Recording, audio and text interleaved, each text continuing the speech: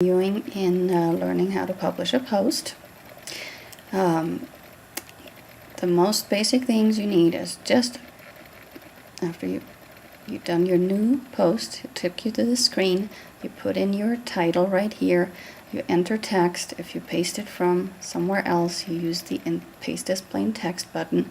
And now let's say we'll delete this because we don't like it, and we've got the text on the page that we want, and now we're ready to go into publishing mode.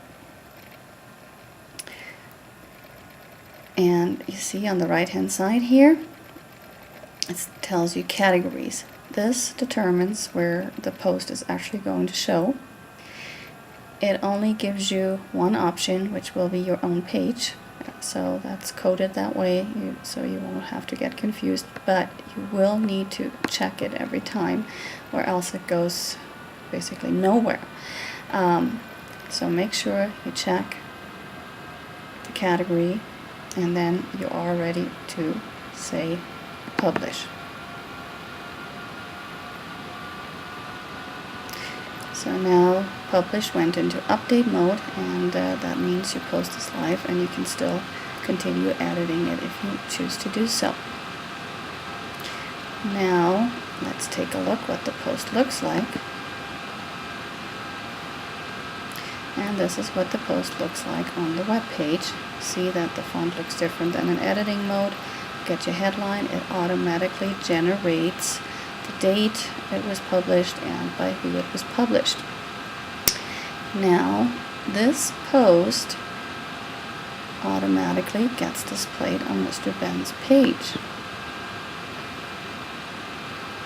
And there it is, Mr. Ben's latest post. See, you get this abbreviated version with a read more. And we see that Mr. Ben's been active, and he has an archive for August of 7 posts. Let's go back. Now if you want to go and edit this post, you can either go to the dashboard and access it from there. You can go into read more mode, and then it'll give you this note of edit post. And there we go. So there's one more thing I wanted to mention about this editing window. If you look up here, it tells you screen options. If you toggle this, you see that you can choose a layout of 1 or 2 columns, which refers to what is shown here. We're set to 2 columns, which is a good setting if you have a large enough screen, because then you see your publish and your categories right next to your editing box. If you have a small screen, you may be better off to go to a 1-column layout, and it makes your editing box bigger and puts your publish and categories box underneath. So whenever you feel like, oh, where did my publishing box go on the right, this is where to check for that and possibly change it. Now, this was the most basic thing to do about publishing text. You also have options to format your text. You have all these icons that are similar to any other word processing program. You can bold and italicize and underline, put bullets, numbered lists, align your text. You can add links to your text. You can add movies. And you can add tables. So you can mouse over all these icons, and they'll tell you what they are doing. And some of those you may just never even use.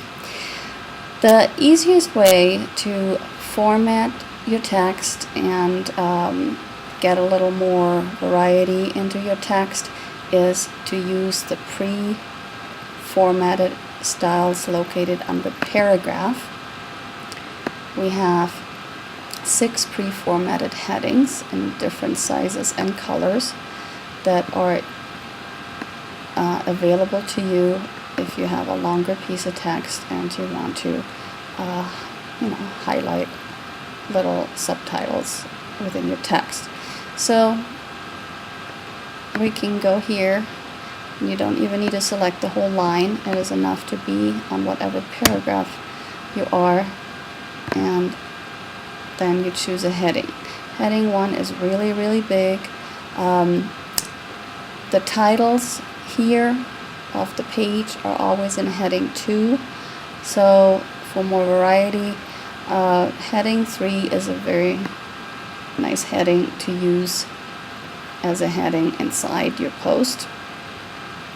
And just for demonstration purposes, I'm going to use a heading 4 down here. So we've made these changes.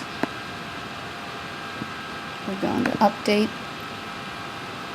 Now, Mr. Ben, once it's checked for the first time, you should not have to check it again. But if there's ever a problem with it appearing in your category, then you want to check whether for some reason it may have gotten unchecked. And we're going back to view post, and there you go. Now this is what a heading 3 looks like. Adds a little color to it, and that's heading 4. There you go.